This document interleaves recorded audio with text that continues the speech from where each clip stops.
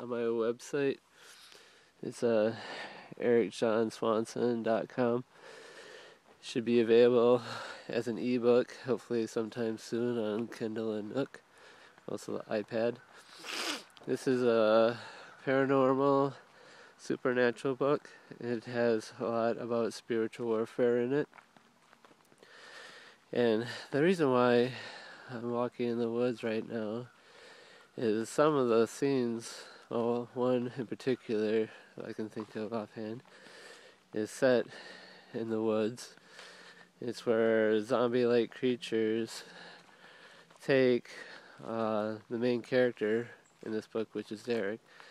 They take his wife, Rachel, out away from the path. And they need to stay on the path because the path leads to a hill, and they need to get to this hill. But Rachel is dragged away from the path by these zombies, and Derek and a friend has to go and rescue his wife. All that to say is that at times we are dragged away from the path by the things of the world, doesn't necessarily have to be things outside of us, it could be things within us as well. A lot of the things in our lives can take us away from focusing our eyes and our lives and our love for Christ. And we need to be ever mindful of those things. Sometimes we always think about in the Bible about idols in our lives, about things that take us away from Christ.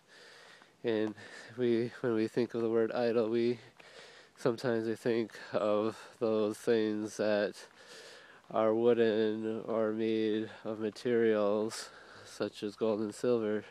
In some ways, there are still idols like that.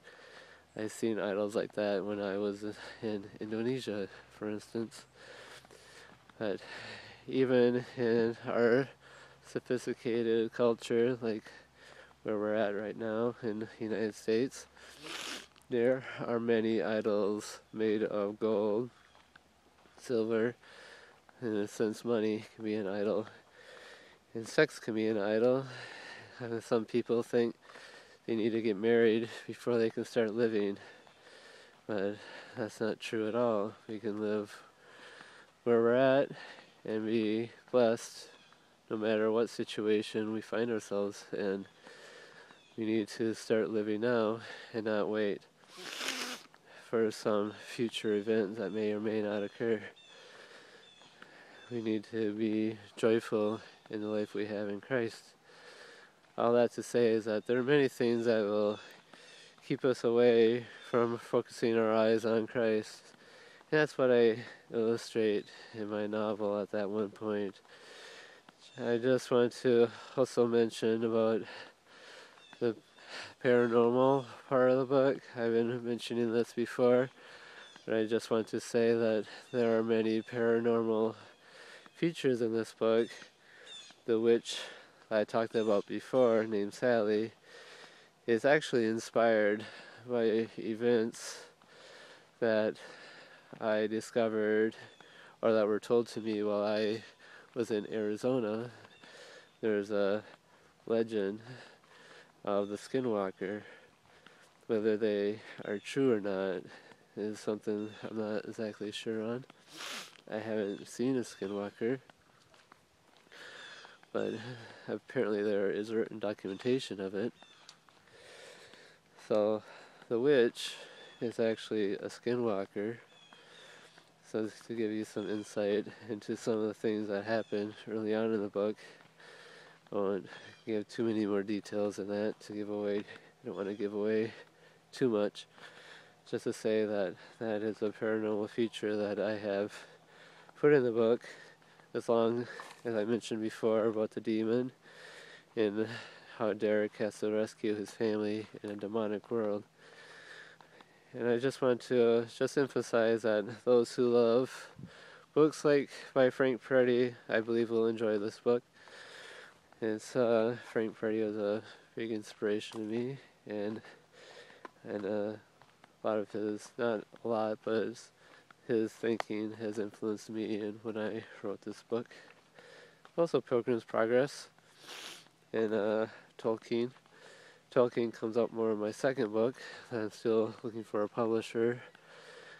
I would like to have a greater distribution for my book than I've been experiencing for my first one.